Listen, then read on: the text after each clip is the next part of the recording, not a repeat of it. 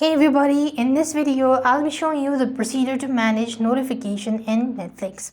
In order to manage notification in Netflix, you want to follow these steps.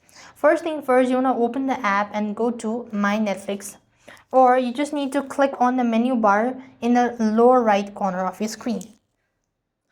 So then when you tap on the menu bar, you then need to click on app settings and toggle the switch next to allow notification to turn them on or off.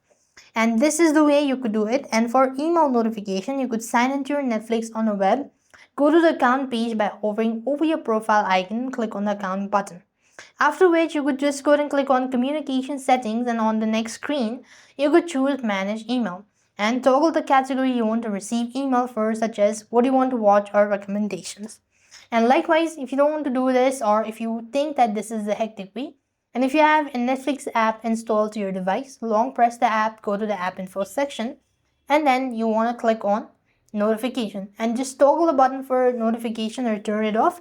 And this is the other way you could tap. This is another way or an alternative way to manage notification in Netflix. That's all. I hope the video was helpful. Make sure to like, share and subscribe. Thank you for watching. See you in the next video.